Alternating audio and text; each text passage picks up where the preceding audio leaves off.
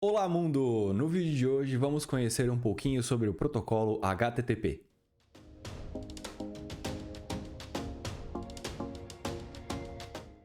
Dentre os diversos protocolos que existem, o protocolo HTTP é o mais comum e o mais fácil de se entender. Ele é a base de troca de dados na web entre cliente e servidor. Um cliente pode ser considerado qualquer coisa que faça uma solicitação para o servidor. Nessa explicação, vamos usar o seu navegador como exemplo de cliente. Tudo se inicia com o cliente fazendo uma solicitação de recurso para o servidor. Com as respostas do servidor, é construído a página HTML no seu navegador. Iremos conhecer um pouco da sua estrutura e como ele funciona. Vamos começar pela sua sigla HTTP, que significa Hypertext Transfer Protocol, que é literalmente um protocolo de transferência de hipertexto. Ele é um tipo de protocolo que não possui estado. Isso significa que cada requisição que é enviada por servidor, ela é considerada como uma nova. Não existe relação feita entre duas requisições feitas na mesma conexão. Por exemplo, a requisição 2, ela nem sabe que ela é requisição 2. E ela nem sabe que houve uma requisição do tipo número 1. A requisição sai do seu navegador, vai para o servidor, ele processa essa informação, ele retorna para o seu navegador com uma resposta e assim acaba a comunicação. Simples assim. Para resolver esse problema de estado, foi criado o cookie e a session, mas abordaremos esse tópico em um outro momento. O HTTP trabalha por padrão com o protocolo TCP, pois ele é o mais confiável para fazer o transporte dos dados na web. Sobre o protocolo TCP, iremos abordar esse assunto mais para frente, em outro vídeo. Voltando ao HTTP, então, ele faz um request e recebe um response. Mas qual é a estrutura dessas duas comunicações? O HTTP request ele é separado em 4 partes. A primeira parte ela é composta por algumas informações. Então, apenas para melhor explicação e melhor entendimento, vamos chamar essa primeira parte de rótulo. A segunda parte do request são os headers. Na terceira parte é obrigatório enviar uma linha em branco. E por último, o corpo da mensagem, onde você coloca o conteúdo que você quer enviar. Vamos começar falando do rótulo, a primeira parte do request. No rótulo, nós temos o método, o path e a versão do protocolo. No método, existem 8 métodos disponíveis, cada um com uma finalidade, claro. Temos o get, o head, o post, o put, o delete, o trace, o options e o connect. O método determina o que o servidor deve fazer com a URL que foi enviada na requisição. O método GET é o mais conhecido de todos. Ele solicita algum recurso para o servidor. Basicamente, ele pede por alguma coisa. O método head é uma variação do método GET, onde o conteúdo do recurso não é retornado.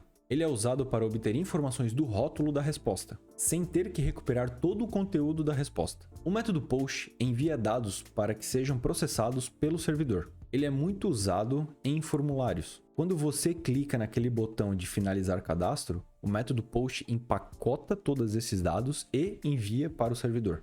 O método PUT envia um recurso para o servidor. Ele é muito parecido com o método POST, mas com a finalidade de enviar outras coisas, como, por exemplo, um arquivo. O método delete faz exatamente o que ele diz. Ele faz a solicitação para que seja deletado algum recurso lá no servidor. O método trace, ele ecoa o pedido de maneira que o cliente possa saber o que os servidores intermediários estão alterando na sua requisição. É muito parecido com o log, onde ele mostra por onde a sua requisição está passando. Para onde foi, quem viu ela, quem processou ela e etc.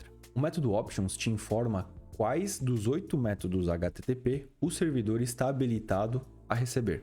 E por último, o método connect, que serve para usar com um proxy que possa se tornar um túnel SSL. Agora vamos falar do path, um outro cara que faz parte do rótulo da primeira parte do request. Ele indica ao servidor qual o recurso que o browser está solicitando. É informada a URL de recurso sem o elemento de contexto, como protocolo, domínio, porta e etc. E finalizando o rótulo, nós temos a versão. A versão do protocolo indica para o servidor como se comunicar com o navegador. Isso serve para os dois falarem a mesma língua com as mesmas regras. É como se você estivesse conversando com um amigo seu e de repente ele começasse a falar em russo. E aí você fala para ele que o idioma usado seria o português e não o russo. Esse é o objetivo da versão, definir como será feito a conversa. Agora vamos para a segunda parte do request, os headers. O header permite que o cliente e o servidor troquem informações adicionais durante a comunicação. Cada campo do header tem o seguinte formato: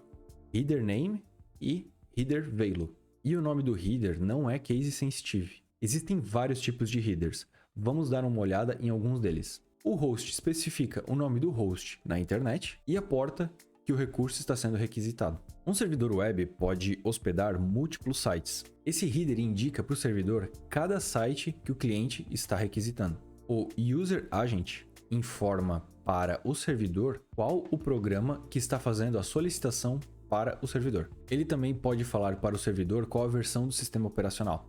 O accept é enviado para o servidor para indicar qual o tipo de documento que é aceito na resposta do servidor. O accept language funciona de forma parecida com o anterior. Nesse caso, ele informa para o servidor qual a língua que é esperada no response. O connection controla se a conexão se mantém aberta ou não no término da transação. Você pode conferir a lista dos headers aqui embaixo no link da descrição. Na terceira parte, nós temos o /R/N. Eles são caracteres especiais apenas para determinar que é uma nova linha. E a última parte do nosso HTTP request é o message body. Finalmente chegamos ao corpo da mensagem. Ele é responsável por carregar a mensagem desejada até o servidor. Nesse espaço pode conter qualquer coisa, como um texto, uma imagem, um JSON, um XML, HTML e etc. Simples assim. Agora que já vimos todas as partes de um HTTP request, você já consegue ler ele de maneira muito fácil. Vamos dar uma olhada nesse exemplo. Aqui a gente está vendo uma requisição do tipo GET. Na primeira parte aqui a gente pode ver o método, a URL, o protocolo e a versão. Na segunda parte é o espaço onde ficam os headers. E a terceira parte é a linha em branco, aquele /R/N. Neste outro exemplo, a gente pode ver uma requisição do tipo POST. Também a primeira parte no rótulo ali, com o método, o protocolo e a versão. Na segunda parte a gente pode ver os headers da requisição.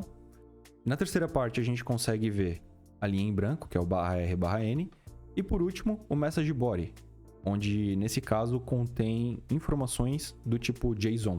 Você já entendeu agora como funciona uma requisição, mas para completar a nossa comunicação, a gente precisa entender como funciona o HTTP response. Quando o servidor recebe essa requisição, processa ela e devolve alguma coisa para o cliente, isso se chama response. E essa é a estrutura de um HTTP response. Ele também é separado em 4 partes, sendo elas o status line, o headers, linha em branco e o message body.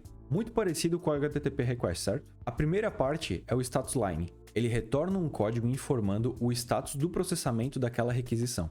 Existem vários status code, cada um com o seu significado. Você pode consultar todos os status codes aqui embaixo no link da descrição.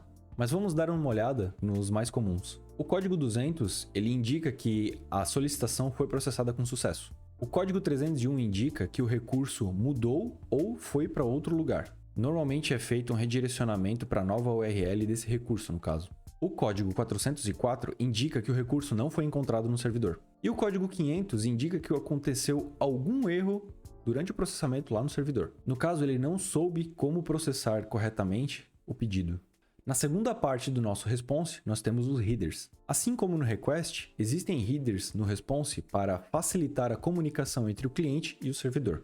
Vale destacar que existem headers que podem ser usados tanto no request quanto no response. Outros headers fazem sentido apenas usarem no request e usar apenas no response. Vamos dar uma olhada nos headers mais comuns. O date representa a data e a hora que a resposta foi criada.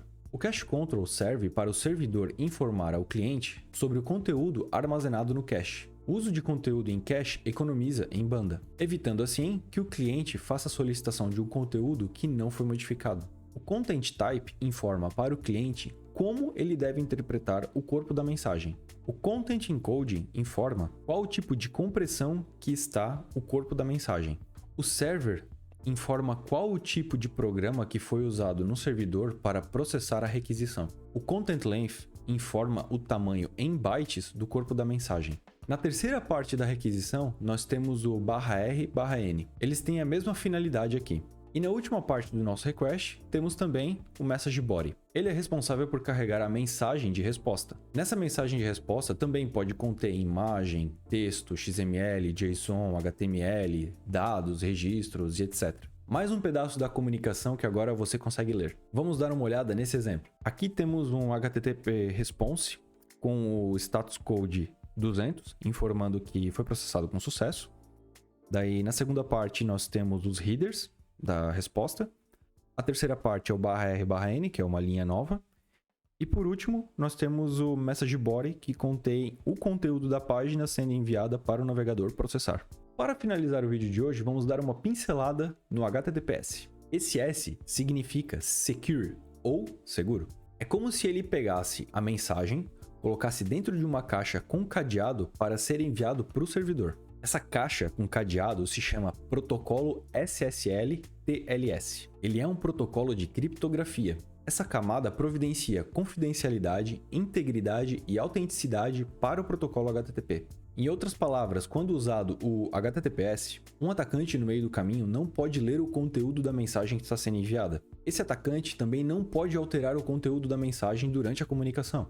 E o cliente pode mostrar a sua identidade para o servidor e vice-versa. O HTTPS ele fornece encriptação durante a comunicação. Isso significa que um usuário adjacente na rede é capaz de ver o tráfego de comunicação, mas não será capaz de ler o seu conteúdo. O HTTPS é um grande aliado para evitar ataques do tipo man in the middle, que é um agente malicioso que fica no meio da comunicação lendo a troca das mensagens. Com o HTTPS é como se fosse criado um cano entre o cliente e o servidor e só os dois conseguem conversar. O protocolo HTTP é fácil de usar e fácil de entender. Ele tem essa estrutura simples, que permite com que a gente possa navegar na web de maneira segura e rápida. E por esse vídeo seria isso. Deixa o like se aprendeu algo novo, se inscreve no canal e ativa o sininho. Me acompanha lá no Instagram e te vejo na próxima.